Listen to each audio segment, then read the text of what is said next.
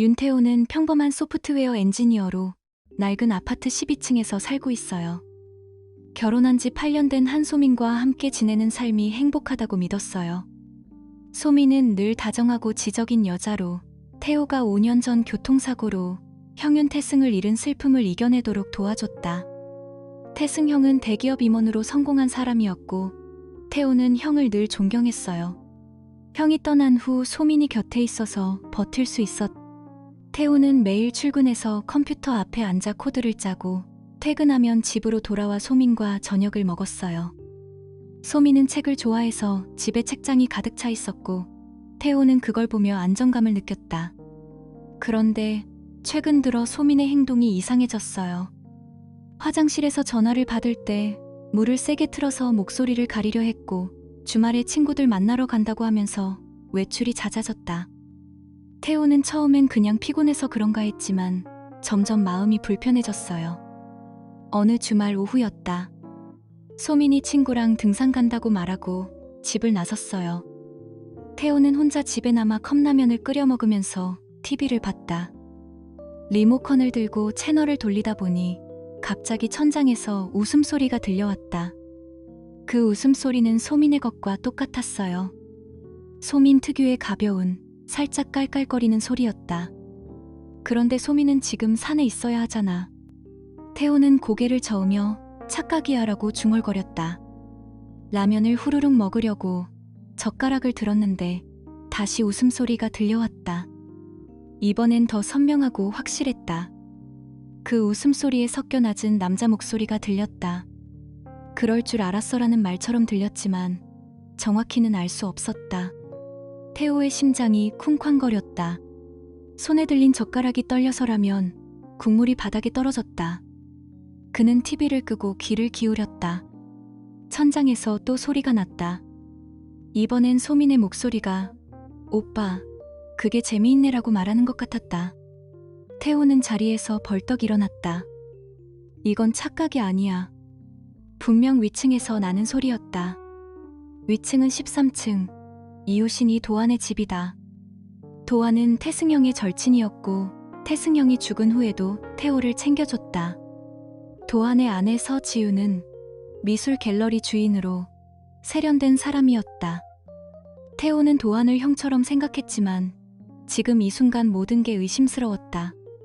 그는 핸드폰을 들고 소민에게 전화를 걸었다. 신호음이 몇 번 울리더니 소민이 받았다. 여보, 왜? 소민의 목소리가 밝게 들렸다. 지금 어디야? 등산 중이야? 태호가 물었다. 목소리가 살짝 떨렸다. 응, 지금 산길 오르고 있어. 친구들이랑 사진 찍고 있어요. 왜? 무슨 일 있어? 태호는 귀를 쫑긋 세웠다. 전화 너머로 바람소리나 나무잎 스치는 소리가 전혀 안 들렸다. 사람 목소리도 없고 그냥 고요했다. 산에 있다면 이런 정막이 이상했다. 아니, 그냥 보고 싶어서. 조심히 다녀. 태호가 대답했다. 전화를 끊자마자 태호의 얼굴이 창백해졌다. 소민이 거짓말을 했다. 그 웃음소리는 위층에서 났고 소민의 목소리였다. 그는 소파에 앉아 손으로 머리를 감쌌다. 가슴이 답답해서 숨이 막혔다. 왜 소민이 거짓말을 할까? 그 남자 목소리는 누구지? 태호는 창밖을 봤다. 아파트 아래로 차들이 지나가고 있었지만 그의 마음은 혼란스러웠다. 그날 저녁 소민이 집에 돌아왔다. 현관문이 열리자 소민이 웃으며 들어왔다. 여보, 나왔어. 등산 재미있었어. 다리 좀 아프네. 그녀는 가방을 내려놓고 주방으로 갔다. 태호는 거실에 앉아 그녀를 지켜봤다. 소민의 얼굴에 피곤한 기색이 없었고 옷에 흙이 묻어있지도 않았다. 그는 물었다. 오늘 산 어디 갔어? 사진 찍었어? 소민이 웃으며 대답했다. 강원도 쪽으로 갔어. 사진? 아, 핸드폰 배터리가 다 돼서 못 찍었어. 다음에 보여줄게요. 태호는 고개를 끄덕였지만 속으로는 불신이 커졌다. 그는 밤에 잠을 이루지 못했다. 옆에서 자는 소민을 보며 그녀의 숨소리가 평소와 다르게 느껴졌다. 다음 날 아침, 태호는 출근하면서 결심했다. 이 의심을 그냥 둘 수 없어. 직접 알아봐야 한다. 태호는 회사에서 일하다가도 소민 생각이 났다. 점심시간에 동료와 밥을 먹으면서도 멍하니 있었다. 동료가 태호 씨, 요즘 피곤해 보이네 라고 물었지만 그는 아니, 괜찮아라고만 대답했다. 퇴근 후 집으로 가는 버스에서 창밖을 보며 소민의 행동을 떠올렸다. 지난달에도 소민이 늦게 들어온 날이 많았고 핸드폰을 만질 때마다 화면을 숨기려 했다. 집에 도착해서 태호는 조용히 문을 열었다. 소민은 아직 안 왔고 집안이 고요했다. 그는 소민의 서랍을 열어보고 싶었지만 참았다. 대신 위층 소리를 듣기 위해 천장에 귀를 대봤다. 아무 소리도 안 났다. 그런데 갑자기 도안의 목소리가 들렸다. 지윤아, 저녁 뭐 먹을까? 도안의 아내 지윤의 목소리가 오빠가 해줘라고 대답했다. 평범한 대화였다. 태호는 한숨을 쉬었다. 어제 들은 남자 목소리는 도안이었을까? 그 주 중에 태호는 소민의 일정을 관찰하기 시작했다. 소민이 쇼핑 간다고 나서면 그는 몰래 따라가 보고 싶었지만 아직 용기가 안 났다. 대신 핸드폰으로 소민의 위치를 확인하려 했지만 공유 설정이 꺼져 있었다. 태호의 마음속에 의심이 점점 커졌다. 소민이 정말 바람을 피우는 걸까? 그 상대가 누구지? 위층 도안일까? 태호는 형 태승을 생각했다. 형이 살아있었다면 조언을 구했을 텐데. 어느 날 저녁, 소민이 화장실에서 전화를 받는 걸 봤다. 물소리가 세게 나왔다. 태호는 문 밖에서 귀를 기울였다. 소민의 목소리가 희미하게 들렸다. 오빠, 내일 봐요. 오빠? 태호의 피가 차갑게 식었다. 소민이 나와서 누구랑 통화했어? 라고 물으니 그녀가 친구야. 왜? 라고 웃으며 대답했다. 태호는 더 이상 참지 못하고 다음날 도안을 만나기로 결심했다. 태호는 엘리베이터에서 도안을 만났다. 형님, 요즘 어때요? 태호가 인사했다. 도안은 웃으며 잘 지내지. 너는? 소민이랑 데이트나 해라고 말했다. 태호는 그 웃음소리에 소름이 돋았다. 어제 들은 남자 목소리와 비슷했다. 그는 집으로 돌아와 소민을 기다렸다. 소민이 들어오자 태호가 물었다. 요즘 왜 그렇게 바빠? 솔직히 말해봐. 소민의 눈이 살짝 흔들렸다. 무슨 소리야? 그냥 친구들 만나고 그래. 그녀는 주방으로 피했다. 태호는 그날 밤 소민의 핸드폰을 몰래 봤다. 메시지 앱에 도안 오빠라는 이름이 있었다. 내용은 내일 점심 어때? 태호의 손이 떨렸다. 이게 사실인가? 그는 핸드폰을 내려놓고 침대에 누웠다. 눈물이 흘렀다. 다음날 태호는 회사에 병가를 내고 집에 있었다. 소민이 출근한 후 그는 위층으로 올라갔다. 도안의 집 문을 두드렸다. 문이 열리자 도안이 나왔다. 태호야, 웬일이야? 태호는 떨리는 목소리로 물었다. 형님, 소민이랑 무슨 관계예요? 도안의 얼굴이 굳었다. 무슨 소리냐? 왜 그래? 태호는 어제 들은 소리를 말했다. 도안은 한숨을 쉬며 그건 지윤이랑 나였을 거야. 소민? 그럴 리 없어. 하지만 태호는 믿지 않았다. 그는 내려와 소민에게 문자를 보냈다. 오늘 저녁에 이야기하자. 저녁에 소민이 돌아왔다. 태호는 테이블에 앉아 그녀를 기다렸다. 소민아, 솔직히 말해. 도안 오빠랑 뭐야? 소민의 얼굴이 창백해졌다. 그녀는 고개를 저었다. 오해야. 그냥 친구야. 태호는 메시지를 보여줬다. 소민이 울음을 터뜨렸다. 미안해. 그냥 외로웠어. 태호의 세계가 무너졌다.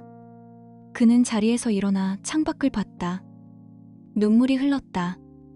이게 시작이었다. 의심이 현실이 된 순간 태호는 이제 진실을 파헤쳐야 했다. 소민의 눈물 속에 숨겨진 비밀이 더 있을 것 같았다. 그는 도안의 집을 다시 생각했다. 지우는 어디 있었을까? 모든 게 연결되어 있었다. 태호는 그날 밤 소민과 대화를 이어갔다. 언제부터야? 왜? 소민은 흐느끼며 형님이 태승 오빠 친구라서 그냥 와이 시작됐어. 미안해요. 태호는 가슴이 아팠다. 형의 친구가 자신의 아내와 그는 소민을 안아줬지만 마음속엔 분노가 쌓였다. 다음 날 태호는 지윤을 만나기로 했다. 갤러리에 가서 지윤에게 물었다. 언니, 도안 오빠랑 소민이 알아요? 지윤은 놀란 눈으로 무슨 소리야? 그럴 리 없어. 하지만 그녀의 눈빛이 흔들렸다. 태호는 알았다. 지윤도 뭔가 숨기고 있다. 그는 집으로 돌아와 소민의 물건을 뒤졌다. 서랍에서 도안의 명함이 나왔다. 뒤에 사랑해라고 적혀 있었다. 태호의 손이 부들부들 떨렸다. 그 주말 태호는 소민을 따라갔다. 소민이 쇼핑 간다고 나서자 그는 모자를 쓰고 뒤를 밟았다. 소민은 쇼핑몰이 아닌 카페로 갔다. 그곳에서 도안이 기다리고 있었다. 둘이 손을 잡고 웃었다. 태호는 벽 뒤에서 그걸 봤다. 심장이 터질 것 같았다. 그는 사진을 찍었다. 증거였다. 집으로 돌아온 태호는 소민을 기다렸다. 소민이 들어오자 사진을 보여줬다. 이게 뭐야? 소민은 고개를 숙였다. 미안. 끝낼게. 하지만 태호는 믿지 않았다. 그는 도안을 찾아갔다. 형님, 왜 그래요? 형의 동생인데. 도안은 미안하다. 실수였다라고 말했다. 태호의 의심은 이제 확신이 됐다. 그는 이혼을 생각했다. 하지만 형 태승의 추억 때문에 망설였다. 소민은 울며 용서해줘요라고 애원했다. 태호는 밤에 혼자 앉아 술을 마셨다. 모든 게 변했다. 행복했던 결혼 생활이 산산조각났다. 태호는 다음날 회사에서 집중이 안 됐다. 키보드를 두드리다 멈추고 소민의 얼굴을 떠올렸다. 그녀의 미소가 이제 거짓으로 느껴졌다. 퇴근 후 집에 가니 소민이 저녁을 차려놓았다. 여보, 먹자. 태호는 앉아서 먹었지만 맛이 안 느껴졌다. 그는 물었다. 도안 오빠랑 몇 번 만났어? 소민이 대답했다. 몇 번. 그냥 이야기했어. 태호는 거짓말하지 말라고 소리쳤다. 소민이 울었다. 그날 밤 태호는 소파에서 잤다. 아침에 일어나 소민을 봤다. 그녀의 눈이 붉었다. 태호는 출근하면서 결심했다. 더 파헤쳐야 해. 이게 끝이 아니야. 태호는 도안의 과거를 생각했다. 형 태승과 도안은 대학 동창이었고 비즈니스 파트너였다. 태승이 죽은 후 도안이 태호를 도와줬다. 그런데 왜 소민과 태호는 형의 일기를 찾았다. 옛날 상자에서 형의 노트가 나왔다. 그 안에 도안에 대한 언급이 있었다. 도안이 소민을 좋아하나 봐. 태호의 눈이 커졌다. 이게 오래된 일인가? 그는 소민에게 물었다. 형 살아있을 때부터야. 소민이 아니야라고 부정했지만 태호는 믿지 않았다. 그는 지윤에게 다시 갔다. 언니, 진실을 말해요. 지윤이 한숨을 쉬며 도안이 소민을 좋아한 지 오래됐어. 태승 오빠가 알았을 거야. 태호는 충격받았다. 이제 태호의 마음에 배신감이 가득했다. 그는 소민과 대면했다. 모든 걸 말해. 소민이 미안해. 태승 오빠 사고 후부터 도안 오빠가 위로해줬어. 그게 시작이었어. 태호는 주저앉았다. 눈물이 흘렀다. 그의 신뢰가 완전히 깨졌다. 이제 진실을 찾는 여정이 시작됐다. 태호는 그날 밤 내내 잠을 이루지 못했다.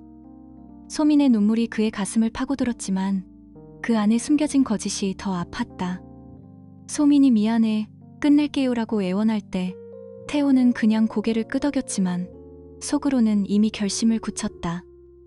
이건 단순한 바람이 아니야. 더 깊은 비밀이 있어. 다음 날 아침, 소민이 출근한 후 태호는 회사에 병가를 냈다. 그는 아파트 관리실로 향했다. 발걸음이 무거웠다. 관리실 문을 두드리자 나이든 관리인 아저씨가 문을 열었다. 아저씨, CCTV 좀 봐야겠어요. 제 아내가 이상한 일이 있어서요.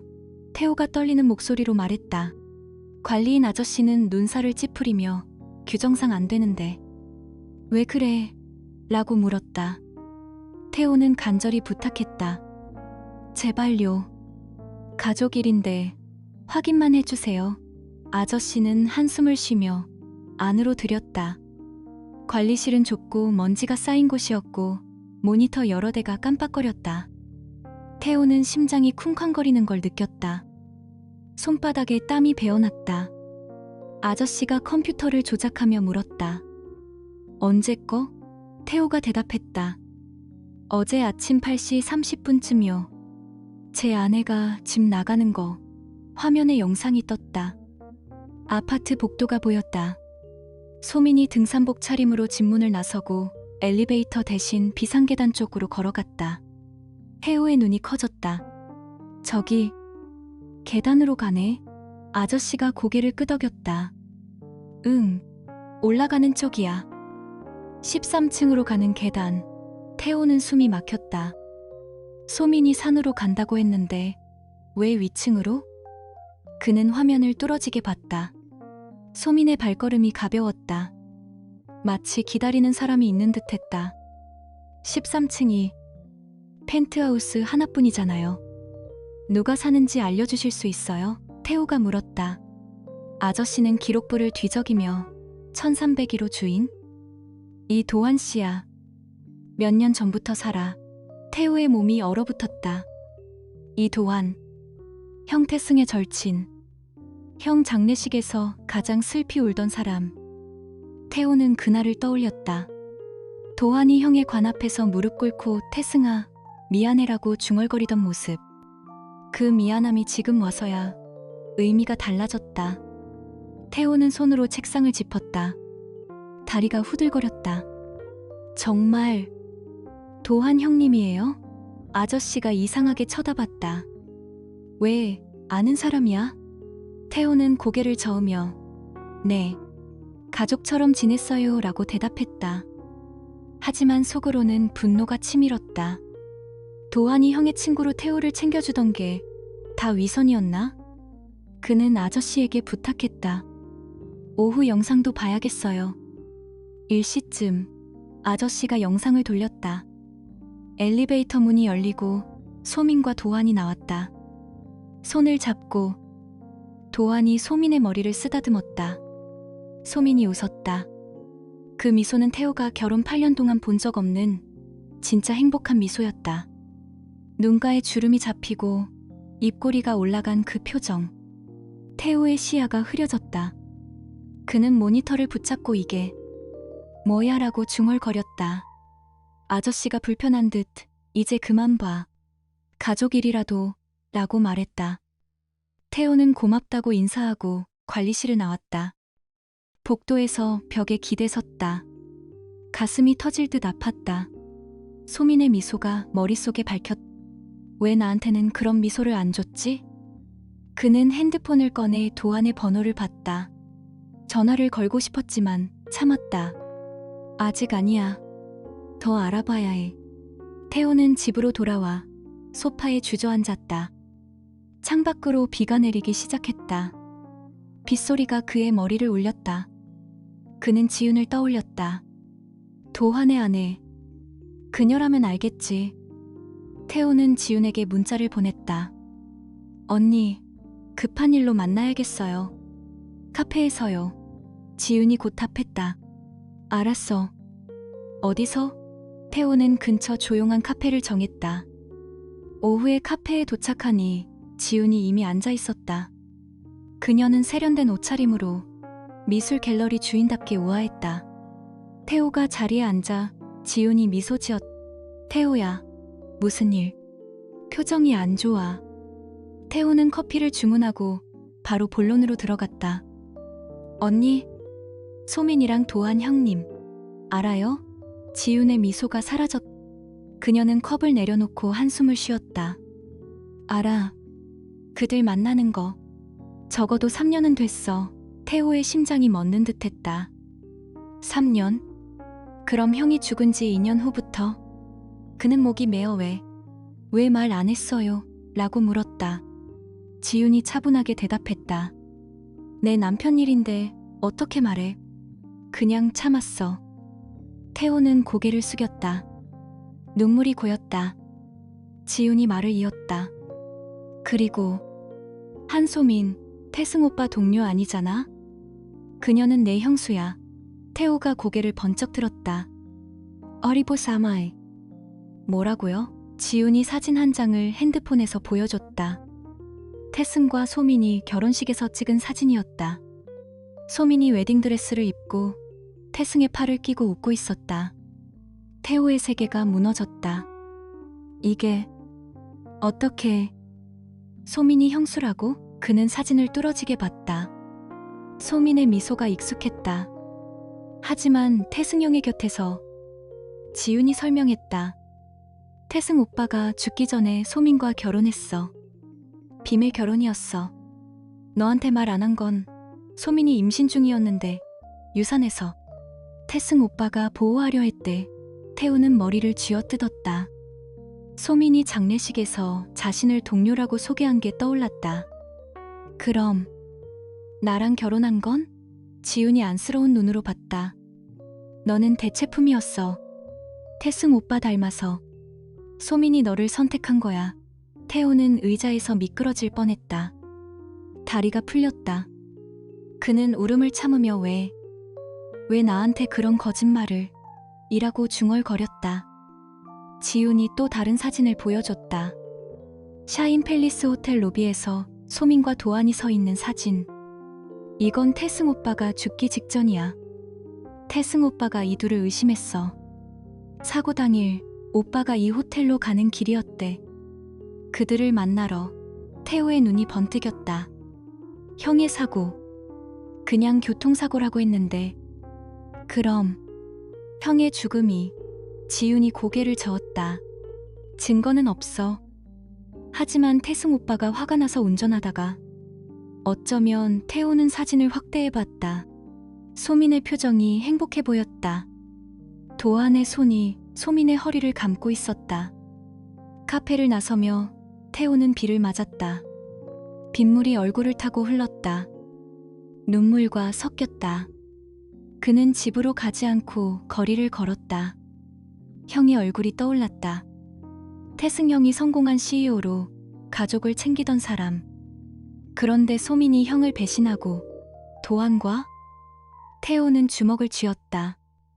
형의 죽음이 단순 사고가 아니라는 생각이 들었다. 그는 핸드폰으로 형의 사고 기사를 검색했다. 고속도로 추돌 사고, 운전자 과속. 하지만 이제 의심이 생겼다.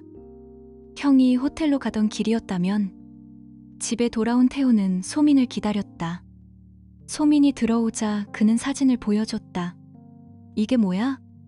형수라고? 소민의 얼굴이 하얗게 질렸다. 그녀는 주저앉아 울었다. 미안해. 태승 오빠가 죽고 나서 너를 만났어.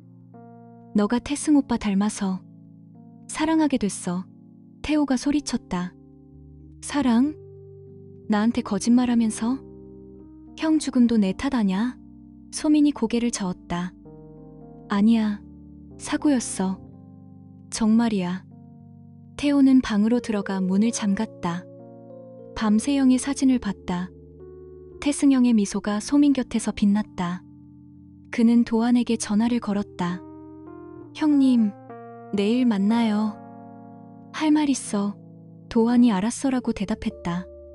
다음날 태호는 도안의 갤러리로 갔다. 도안이 사무실에서 기다리고 있었다. 태호야 앉아. 태호가 사진을 내밀었다. 형, 이게 뭐예요? 소민이 형수였고 당신과 바람 피웠어? 도안이 창밖을 보며 한숨을 쉬었다. 태승이 알았어. 그날 호텔로 오라고 했어. 하지만 사고가 났지. 태호가 물었다. 형님이 형 죽음에 관련 있어? 도안이 부정했다. 아니, 그냥 불운이었어. 하지만 태호는 믿지 않았다. 그는 집으로 돌아와 소민의 물건을 뒤졌다. 옷장 깊숙이 형의 반지가 나왔다. 소민이 간직한 거였다. 태호는 반지를 쥐고 울었다. 그 주 내내 태호는 잠을 자지 못했다. 출근해도 코드가 안 써졌다. 동료가 태호 씨, 괜찮아? 라고 물었지만 그는 내라고만 했다. 저녁에 소민이 여보, 용서해줘요라고 애원했다. 태호는 형의 진실부터 말해라고 대답했다.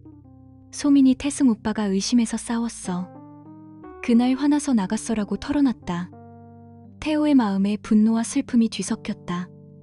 태호는 지윤을 다시 만났다. 언니, 더 증거 있어요? 지윤이 USB를 줬다.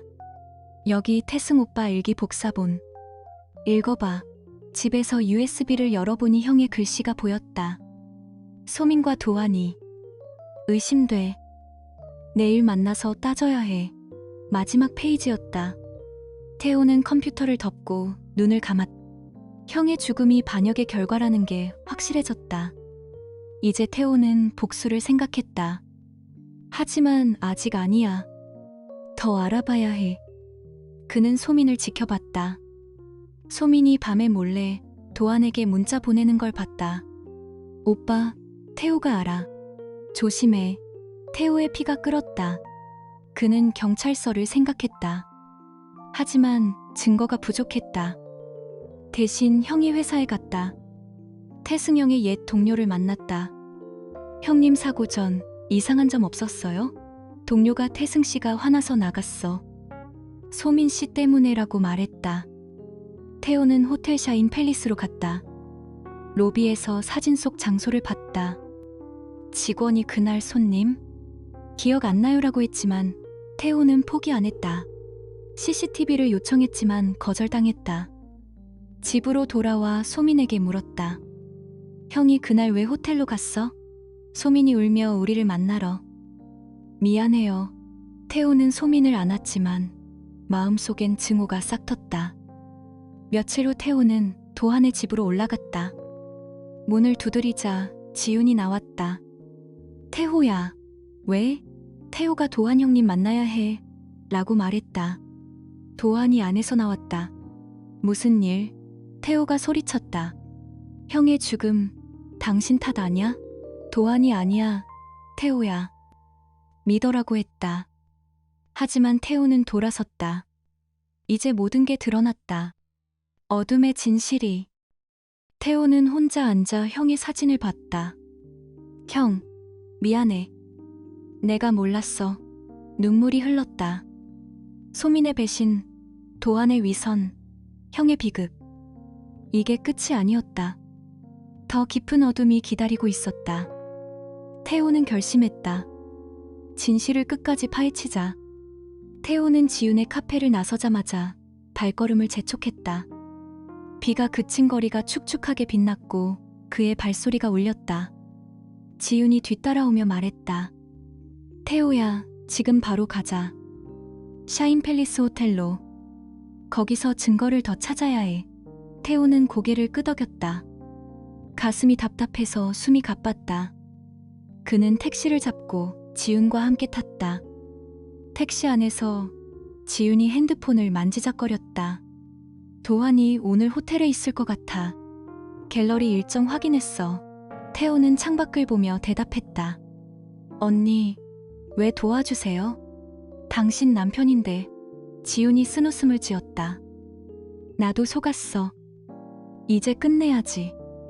택시가 호텔 앞에 멈췄다. 샤인 팰리스는 화려한 로비가 빛나는 고급 호텔이었다. 태호와 지윤이 안으로 들어서자 프론트 직원이 미소 지었다. 지윤이 앞으로 나서며 말했다. 안녕하세요. 제 남편이 도한 씨가 여기 묵고 계신데 급한 서류를 전달해야 해요.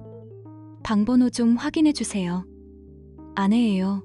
직원이 컴퓨터를 확인하며 물었다. 성함이? 지윤이 신분증을 보여줬다. 직원이 고개를 끄덕이며 703호예요. 올라가세요. 태호의 심장이 쿵쾅거렸다. 그는 엘리베이터에 오르며 손을 꽉 쥐었다.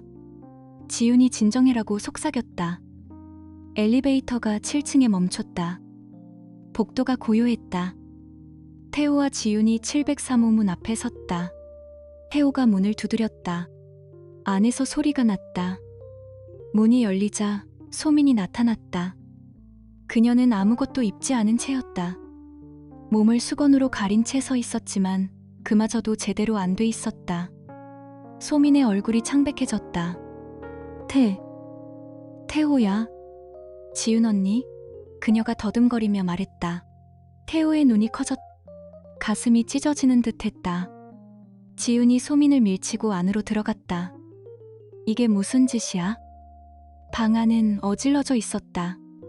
침대 시트가 구겨지고 옷가지가 바닥에 흩어져 있었다. 욕실에서 물소리가 멈추더니 도안이 나왔다. 그는 허리에 수건만 두른 채였다. 도안의 눈이 흔들렸다. 태호야. 이게 오해야. 그는 황급히 수건을 고쳐쥐었다. 소민이 문 뒤로 물러서며 여보, 미안해. 그냥 우연히 만난 거야 라고 변명했다. 지훈이 웃었다. 하지만 그 웃음은 차가웠다. 우연? 여기서? 너희 둘이? 도안이 지훈을 보며 여보, 왜 여기 와? 갤러리에서 일하는 줄 알았는데 라고 말했다. 태호는 방 안을 둘러봤다. 테이블에 와인잔 2개가 놓여 있고 소민의 옷이 의자에 걸쳐져 있었다. 그는 소민을 똑바로 봤다. 눈물이 고였지만 참았다. 소민아, 왜 형님과? 소민이 고개를 숙였다. 미안해요. 외로웠어. 도안이 끼어들었다. 태호야, 진정해.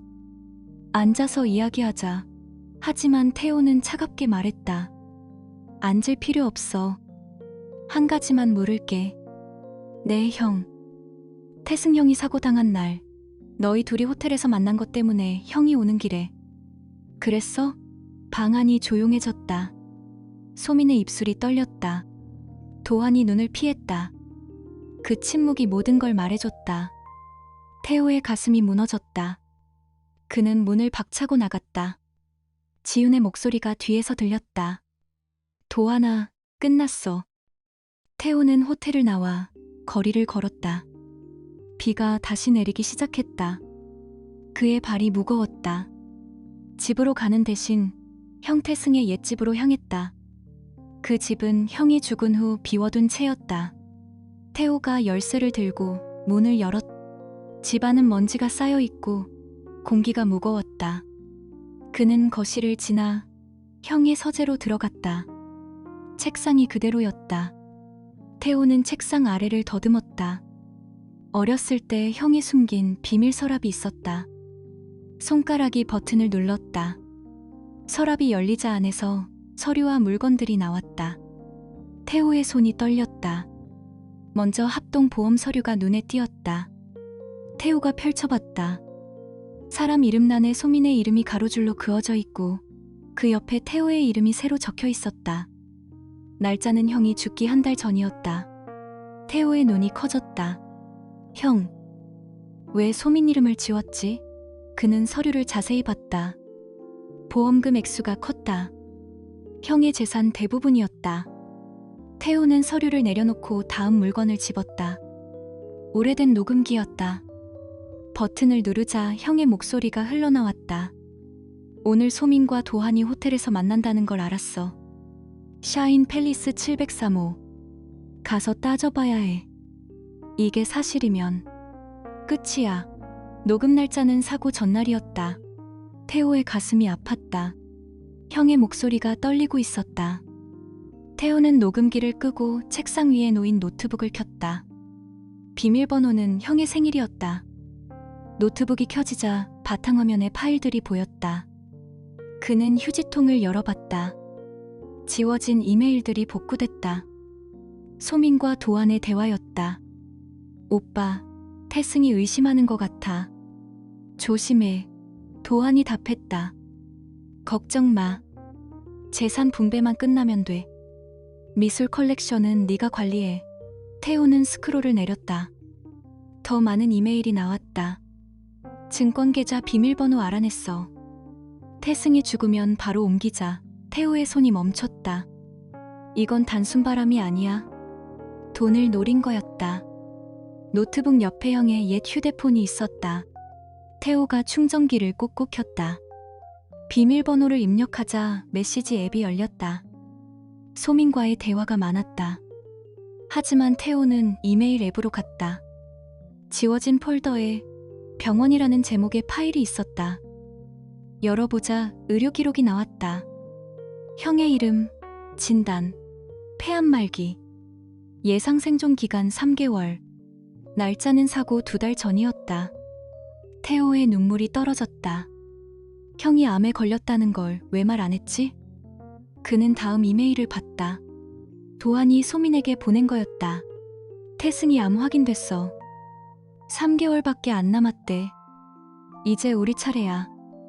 보험금 확실히 챙기자. 태승이 의심하기 전에. 태호는 휴대폰을 내려놓고 책상에 엎드렸다. 눈물이 멈추지 않았다. 형이 죽어가는 걸 알면서 그들은 돈을 노렸다. 사고는 어쩌면 계획된 거였을까?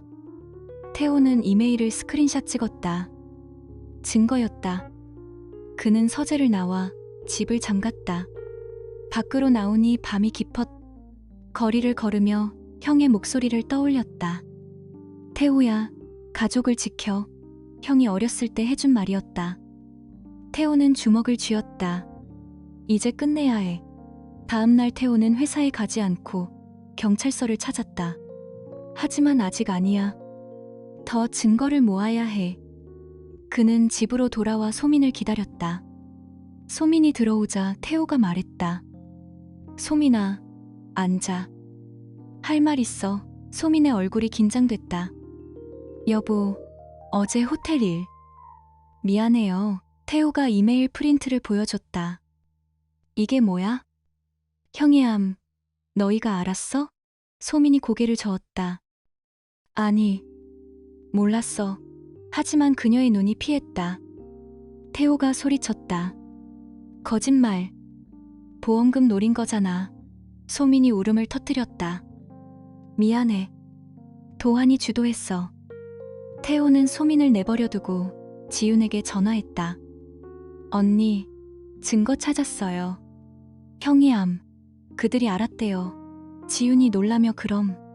태승, 오빠 죽음이? 태호가 대답했다. 의심돼. 경찰에 가자.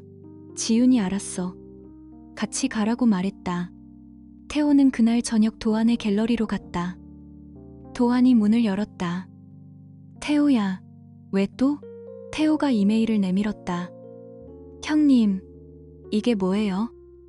태승용암 알면서 돈 노렸어. 도안이 얼굴이 창백해졌다. 그건 오해야. 태호는 갤러리를 나와 집으로 갔다. 소민이 기다리고 있었다. 여보, 용서해줘요. 다 끝낼게. 태호가 차갑게 말했다. 끝났어. 이혼하자. 소민이 무릎 꿇었다. 안 돼. 사랑해. 하지만 태호는 방으로 들어갔다. 밤에 그는 형의 녹음기를 다시 들었다. 형의 목소리가 소민아, 왜 날 배신해? 라고 말하는 듯 했다. 태호는 눈을 감았다. 내일 경찰에 간다. 아침에 태호는 지윤과 만나 경찰서로 갔다. 증거를 제출했다. 경찰이 조사해보겠어요. 라고 말했다.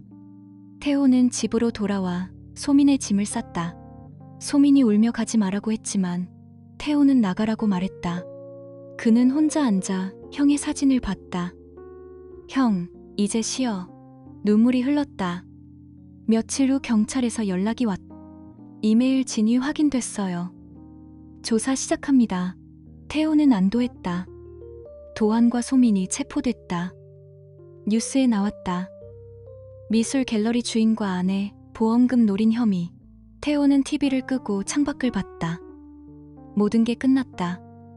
하지만 가슴의 상처는 남았다. 태호는 형의 집을 청소했다. 서랍에서 더 많은 물건이 나왔다. 형의 일기. 태호야, 미안해.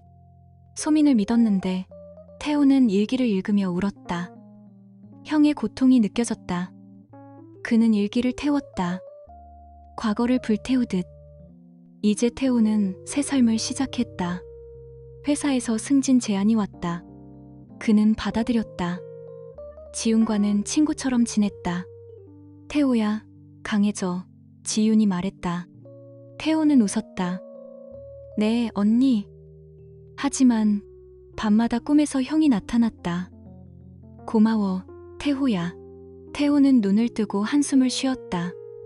진실은 드러났지만 아픔은 영원했다. 태호는 경찰서에서 나온 후에도 마음이 가라앉지 않았다. 증거를 제출한 게 끝이 아니었다. 형의 죽음이 단순한 사고가 아니라는 의심이 여전히 남아있었고, 도환과 소민이 형의 재산을 노린 게 명백했지만 5년 전 사고와의 직접 연결을 증명할 수 없었다. 태호는 집으로 돌아와 창밖을 바라봤다. 비가 다시 내리기 시작했다. 그는 지훈에게 전화했다. 언니, 우리 만나요. 더 해야 할 일이 있어. 지훈의 목소리가 단호했다. 알았어. 내일 갤러리에서 봐. 다음 날 아침, 태호는 지훈의 미술 갤러리로 갔다. 갤러리는 조용했고 벽에 걸린 그림들이 태호의 마음을 더 무겁게 만들었다. 지훈이 커피를 타주며 앉았다. 태호야, 경찰이 조사 시작했대. 하지만 그게 다야? 그놈들이 그냥 간방 가는 걸로 끝낼 수 없어. 태호가 고개를 끄덕였다. 네, 언니. 형의 재산, 그들의 삶, 다 무너뜨려야 해요. 우리가 할 수 있는 걸 해요. 지훈의 눈에 불꽃이 타올랐다. 그녀는 서랍에서 서류 뭉치를 꺼냈다. 도환이 글로벌 인베스트라는 투자회사 운영하는 거 알아? 거기서 돈 세탁하고 있어. 나도 증거 좀 모았어. 태호와 지훈은 그날 오후 내내 계획을 세웠다. 테이블 위에 서류와 노트북이 가득했다. 지훈이 먼저 말했다. 내가 언론 쪽 맡을게. 기자 친구들 많아. 도환이 회사 돈 빼돌린 증거를 공개할 거야. 소민이 태승 오빠 재산 대부분 그 회사로 옮긴 것도 같이. 태호는 노트북을 열고 이메일 복사본을 봤다. 저는 법적으로 가요. 금감원에 익명으로 보내요. 이메일, 녹음기, 병원 기록, 불법 계좌 정보 다요. 글로벌 인베스트에 특별 감사 요청할게. 지훈이 미소 지었다. 좋아. 그럼 시작하자. 지훈의 공격이 먼저 시작됐다. 그녀는 갤러리에서 기자 한 명을 불렀다. 오빠, 이 서류 봐. 도환이 글로벌 인베스트에서 횡령했어. 증빙 자료야. 기자가 눈을 반짝였다. 이게 진짜면 특종이네. 지훈은 고개를 끄덕였다.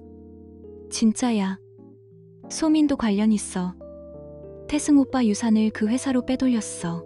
그날 저녁, 태호는 집에서 뉴스를 봤다. TV 화면에 글로벌 인베스트 횡령 의혹이라는 자막이 떴다. 기자가 말했다. 투자회사 대표의 도한 씨가 회사 자금을 개인 용도로 사용한 혐의가 제기됐습니다. 또한 그의 연인으로 알려진 한소민 씨가고 윤태승 씨의 유산을 불법적으로 이전한 정황이 포착됐어요. 태호의 입가에 차가운 미소가 스쳤다. 소민의 사진이 화면에 나왔다. 그녀의 얼굴이 창백해 보였다. 다음 날 아침, 태호는 출근하지 않고 카페에 앉아 익명 이메일을 작성했다. 노트북 화면에 금감원 주소가 떴다. 그는 파일을 첨부했다. 이메일, 녹음 파일, 형의 병원 기록, 도안의 불법 계좌 내역. 내용은 간결했다.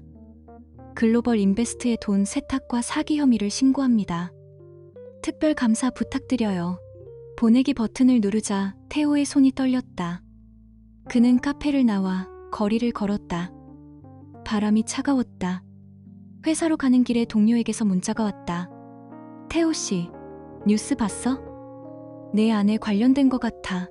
태호는 답하지 않았다. 이제 시작이야. 며칠 후 금감원이 움직였다. 태호는 집에서 뉴스를 봤다. 금감원, 글로벌 인베스트 특별감사 착수. 기자가 말했다. 횡령과 돈 세탁 의혹으로 대표이 도안 씨가 소환됐습니다.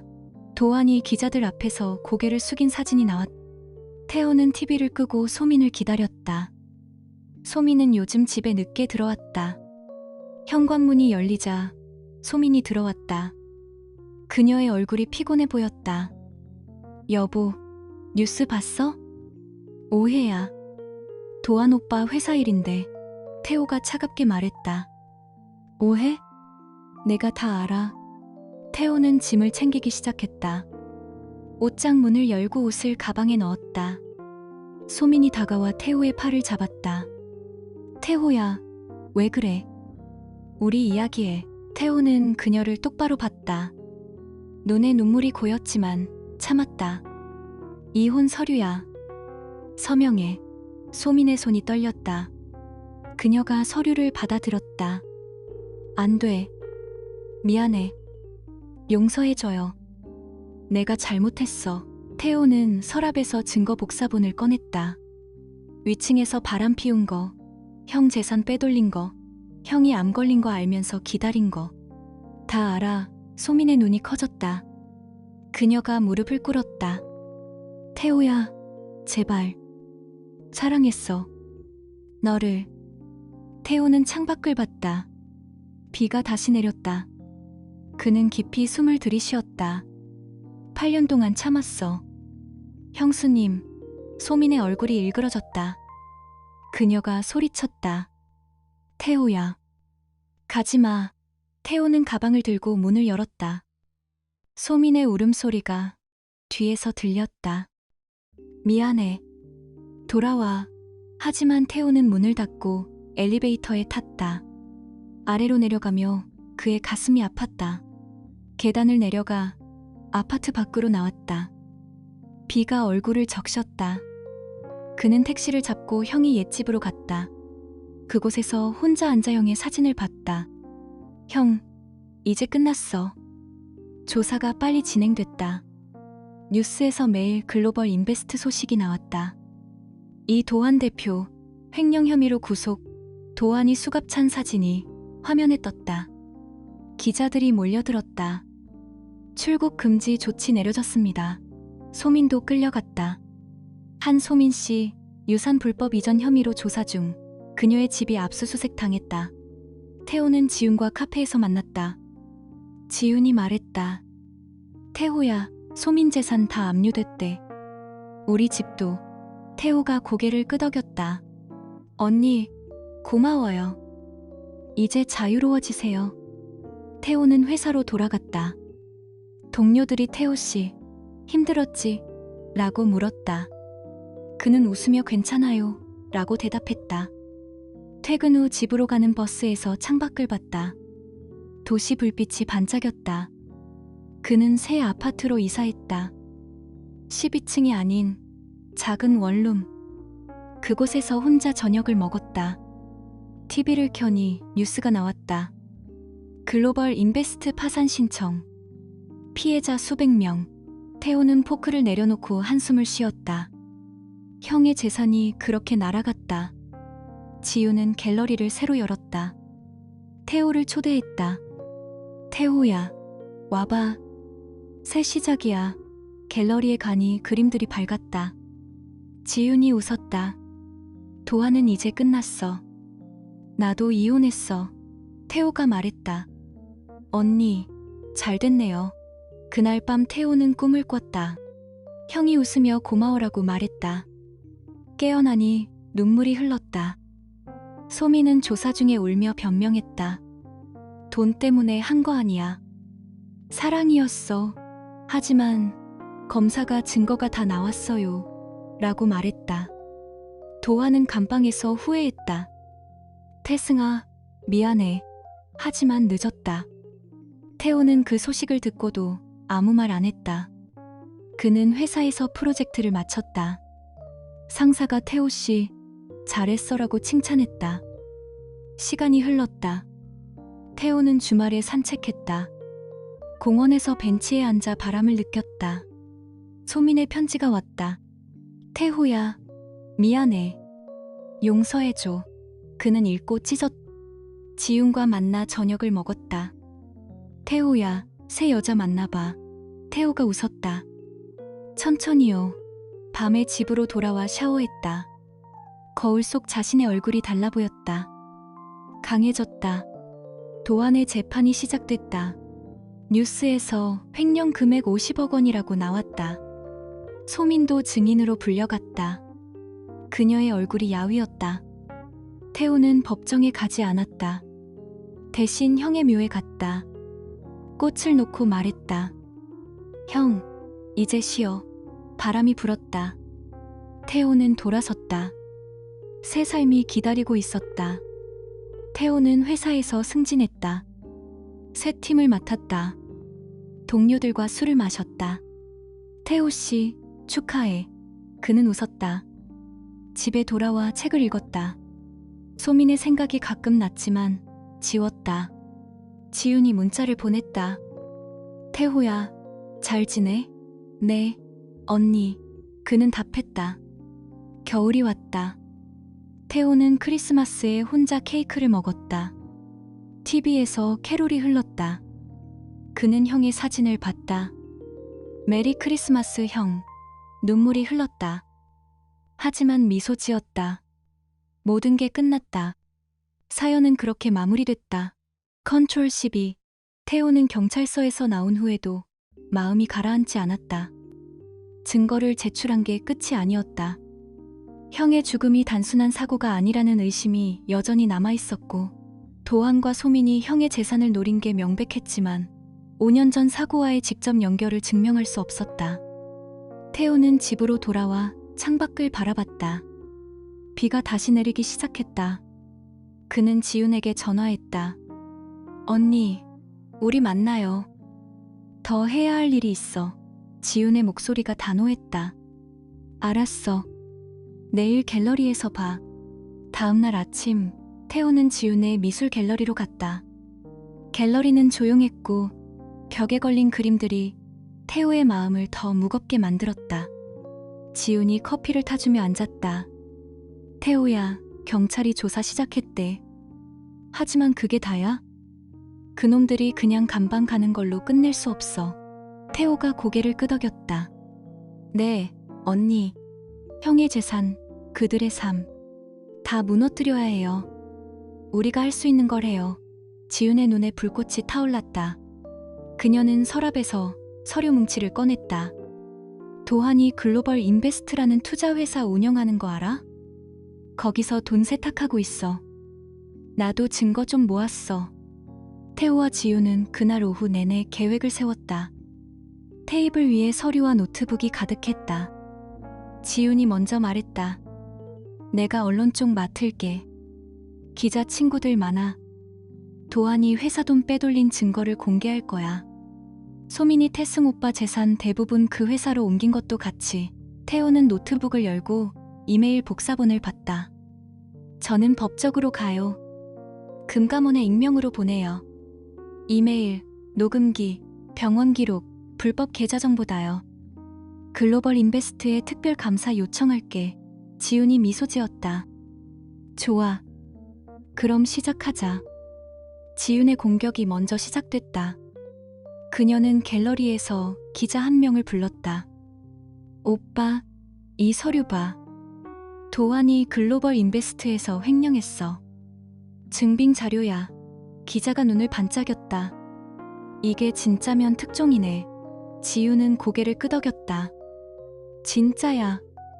소민도 관련 있어. 태승 오빠 유산을 그 회사로 빼돌렸어. 그날 저녁 태호는 집에서 뉴스를 봤다. TV 화면에 글로벌 인베스트 횡령 의혹이라는 자막이 떴다. 기자가 말했다. 투자회사 대표 이도안 씨가 회사 자금을 개인 용도로 사용한 혐의가 제기됐습니다. 또한 그의 연인으로 알려진 한소민 씨가 고윤 태승 씨의 유산을 불법적으로 이전한 정황이 포착됐어요. 태호의 입가에 차가운 미소가 스쳤다. 소민의 사진이 화면에 나왔다. 그녀의 얼굴이 창백해 보였다. 다음 날 아침, 태호는 출근하지 않고 카페에 앉아 익명 이메일을 작성했다. 노트북 화면에 금감원 주소가 떴다. 그는 파일을 첨부했다. 이메일, 녹음 파일, 형의 병원 기록, 도한의 불법 계좌 내역. 내용은 간결했다. 글로벌 인베스트의 돈 세탁과 사기 혐의를 신고합니다. 특별 감사 부탁드려요. 보내기 버튼을 누르자 태호의 손이 떨렸다. 그는 카페를 나와 거리를 걸었다. 바람이 차가웠다. 회사로 가는 길에 동료에게서 문자가 왔다. 태호 씨, 뉴스 봤어? 내 안에 관련된 것 같아. 태호는 답하지 않았다. 이제 시작이야. 며칠 후 금감원이 움직였다. 태호는 집에서 뉴스를 봤다. 금감원, 글로벌 인베스트 특별 감사 착수. 기자가 말했다. 횡령과 돈 세탁 의혹으로 대표이 도한 씨가 소환됐습니다. 도한이 기자들 앞에서 고개를 숙인 사진이 나왔다. 태호는 TV를 끄고 소민을 기다렸다. 소민은 요즘 집에 늦게 들어왔다. 현관문이 열리자 소민이 들어왔다. 그녀의 얼굴이 피곤해 보였다. 여보, 뉴스 봤어? 오해야. 도한 오빠 회사 일인데. 태호가 차갑게 말했다. 오해? 내가 다 알아. 태호는 짐을 챙기기 시작했다. 옷장문을 열고 옷을 가방에 넣었다. 소민이 다가와 태호의 팔을 잡았다. 태호야, 왜 그래? 우리 이야기해. 태호는 그녀를 똑바로 봤다. 눈에 눈물이 고였지만 참았다. 이혼 서류야. 서명해. 소민의 손이 떨렸다. 그녀가 서류를 받아들었다. 안 돼. 미안해. 용서해줘요. 내가 잘못했어. 태호는 서랍에서 증거 복사본을 꺼냈다. 위층에서 바람 피운 거, 형 재산 빼돌린 거, 형이 암 걸린 거, 알면서 기다린 거. 다 알아. 소민의 눈이 커졌다. 그녀가 무릎을 꿇었다. 태호야, 제발. 사랑했어. 너를. 태호는 창밖을 봤다. 비가 다시 내렸다. 그는 깊이 숨을 들이쉬었다. 8년 동안 참았어. 형수님. 소민의 얼굴이 일그러졌다. 그녀가 소리쳤다. 태호야. 가지마. 태호는 가방을 들고 문을 열었다. 소민의 울음소리가 뒤에서 들렸다. 미안해. 돌아와. 하지만 태호는 문을 닫고 엘리베이터에 탔다. 아래로 내려가며 그의 가슴이 아팠다. 계단을 내려가 아파트 밖으로 나왔다. 비가 얼굴을 적셨다. 그는 택시를 잡고 형의 옛집으로 갔다. 그곳에서 혼자 앉아 형의 사진을 봤다. 형, 이제 끝났어. 조사가 빨리 진행됐다. 뉴스에서 매일 글로벌 인베스트 소식이 나왔다. 이 도한 대표 횡령 혐의로 구속. 도한이 수갑 찬 사진이 화면에 떴다. 기자들이 몰려들었다. 출국 금지 조치 내려졌습니다. 소민도 끌려갔다. 한소민 씨 유산 불법 이전 혐의로 조사 중. 그녀의 집이 압수수색 당했다. 태호는 지훈과 카페에서 만났다. 지훈이 말했다. 태호야, 소민 재산 다 압류됐대. 우리 집도. 태호가 고개를 끄덕였다. 언니, 고마워요. 이제 자유로워지세요. 태호는 회사로 돌아갔다. 동료들이 태호 씨, 힘들었지? 라고 물었다. 그는 웃으며 괜찮아요 라고 대답했다. 퇴근 후 집으로 가는 버스에서 창밖을 봤다. 도시 불빛이 반짝였다. 그는 새 아파트로 이사했다. 12층이 아닌 작은 원룸. 그곳에서 혼자 저녁을 먹었다. TV를 켜니 뉴스가 나왔다. 글로벌 인베스트 파산 신청. 피해자 수백 명. 태호는 포크를 내려놓고 한숨을 쉬었다. 형의 재산이 그렇게 날아갔다.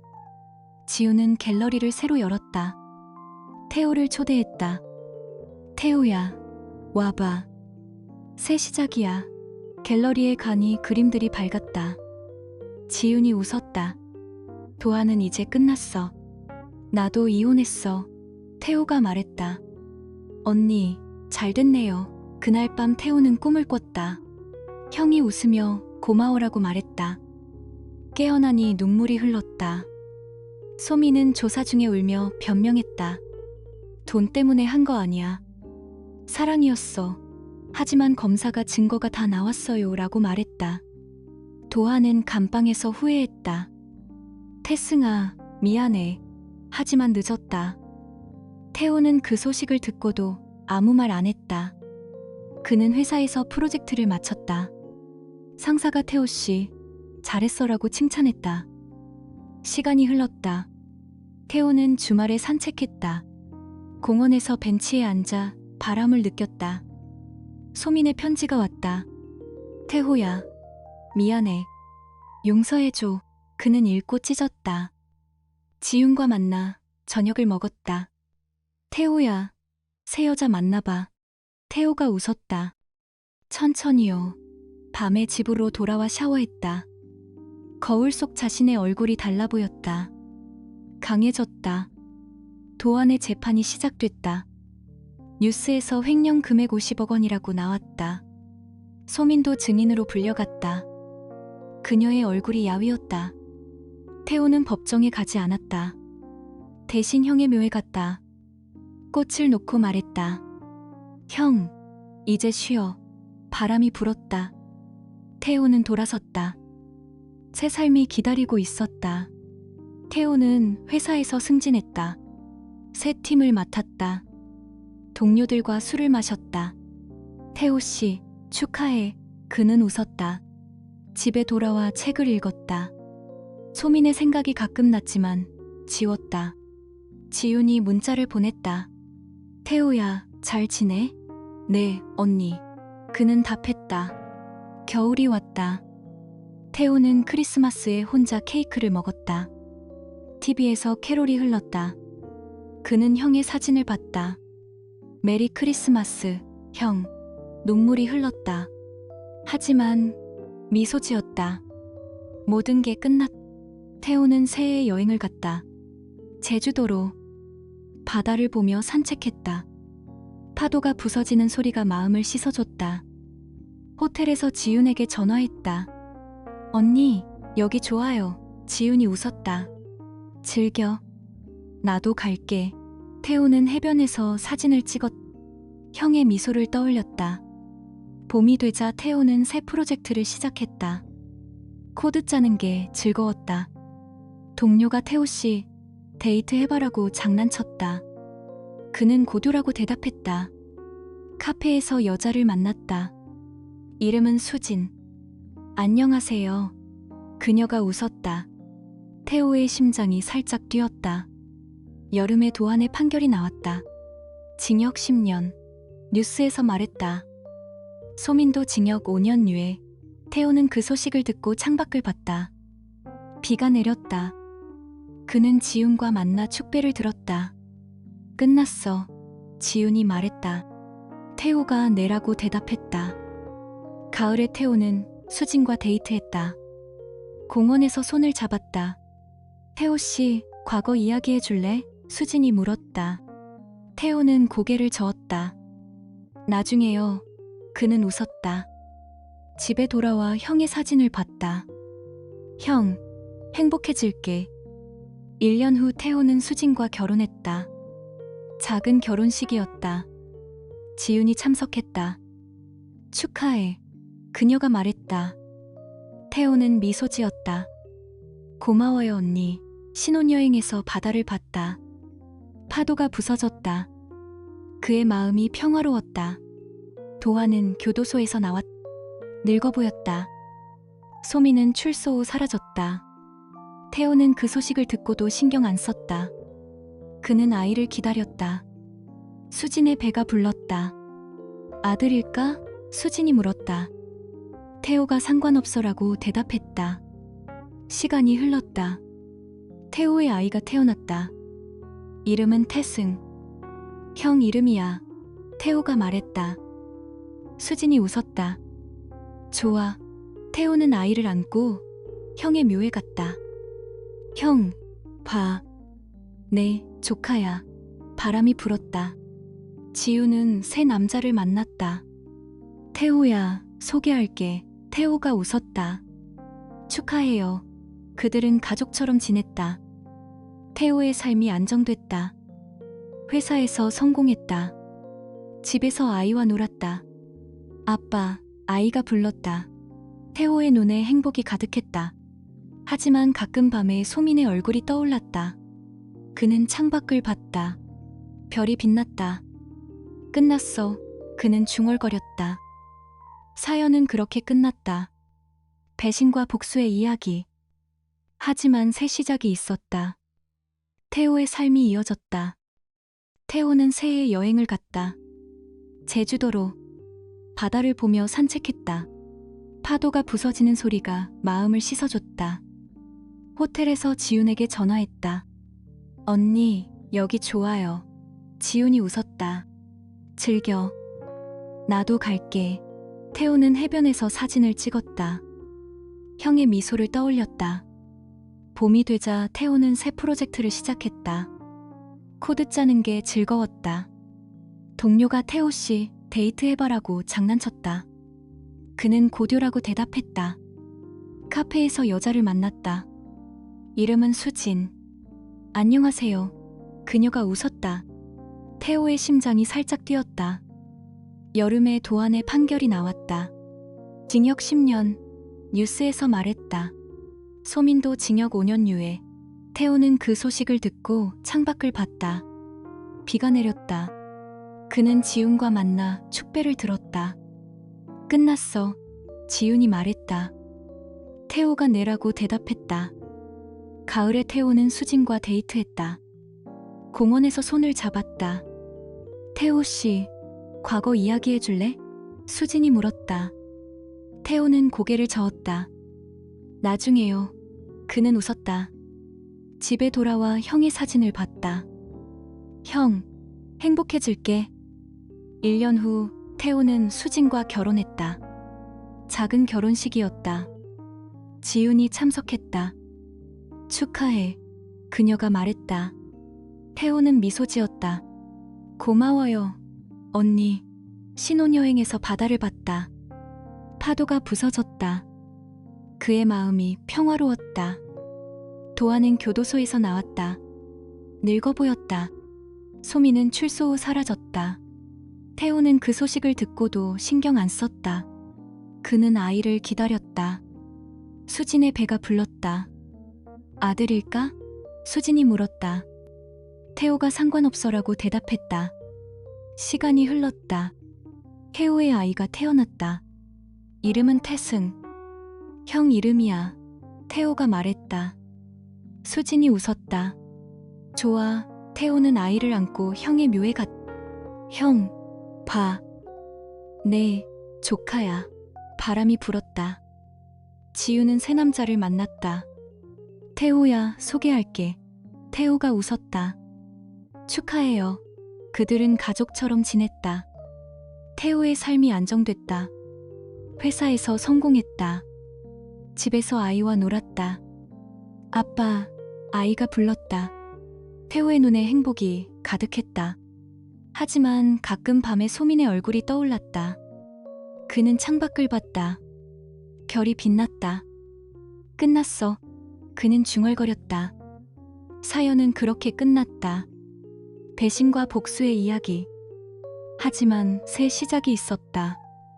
태호의 삶이 이어졌다. 2년이 흘렀다. 태호는 아침에 일어나 태승이를 안고 수진에게 키스했다. 출근 다녀올게. 수진이 웃으며 조심히 다녀와요라고 말했다. 태호는 회사로 가는 지하철에서 신문을 봤다. 헤드라인이 눈에 띄었다. 글로벌 인베스트 횡령 사건 최종 판결. 그는 신문을 펼쳤다. 이 도안이 징역 8년을 선고받았고 횡령과 사기 혐의로 교도소에 수감됐다. 한소민은 징역 3년 집행유예를 받았다. 태호의 손이 살짝 떨렸다. 그는 신문을 접고 창밖을 봤다. 도시가 바쁘게 흘러갔다. 회사에 도착해서 동료가 태호씨, 뉴스 봤어? 그 사건 끝났네라고 말했다. 태호는 고개를 끄덕였다. 네, 봤어요. 그는 책상에 앉아 컴퓨터를 켰다. 하지만 집중이 안 됐다. 판결 후 태승형의 재산이 모두 태호에게 돌아왔다. 보험금도 포함해서. 변호사가 전화로 태호 씨, 모든 절차 끝났어요. 통장에 입금됐습니다. 라고 말했다. 태호는 고마워요 라고 대답했다. 하지만 돈이 들어온 게 기쁘지 않았다. 가슴에 빈 공간이 느껴졌다. 복수가 끝났는데 왜 이렇게 허전할까?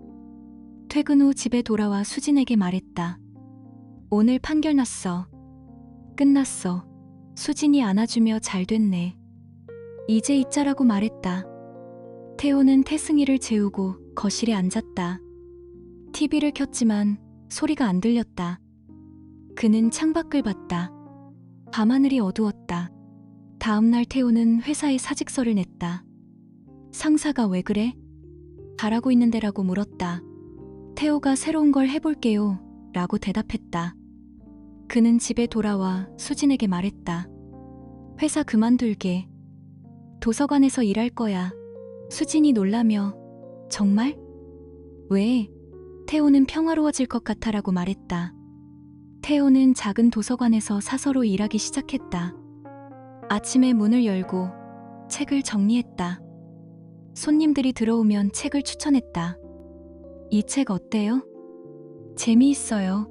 한 할머니가 웃으며 고마워요라고 말했다. 태호는 책장 사이를 걸으며 마음이 가벼워졌다. 코드 대신 책 냄새가 좋았다. 점심시간에 벤치에 앉아 도시락을 먹었다. 바람이 불었다. 그는 형을 생각했다. 형이 책 좋아했지. 태호의 가슴이 따뜻해졌다. 소민과의 이혼 절차가 끝났다. 법원에서 서류를 받았다. 판사가 이혼 성립합니다라고 말했다. 태호는 법원을 나와 하늘을 봤다. 구름이 흘러갔다. 소민은 판결 후 해외로 떠났다는 소문이 돌았다. 태호는 그녀의 행방을 묻지 않았다. 수진이 집에서 기다렸다. 끝났어? 태호가 이제 자유야라고 대답했다.